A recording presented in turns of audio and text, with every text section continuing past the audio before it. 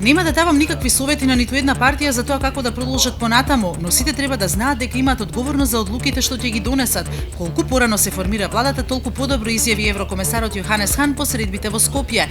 Тој додаде дека изборите не се крај на овој процес, туку владата. Специјалното јавно обвинителство во врска со протестите пред СВР Охрид предупреди дека секое лице повикано како сведок е должно да се јави на поканата и се оградува од политичките етикетирања од членови на ВМРО ДПМНЕ. Секое влијание врз сведоците е кривично дело, а лицата кои се повикани како сведоци се должни да се јават и да помогнат во утврдување на фактите за кои е поведена секоја предистражна или истражна постапка, се вели во соопштението.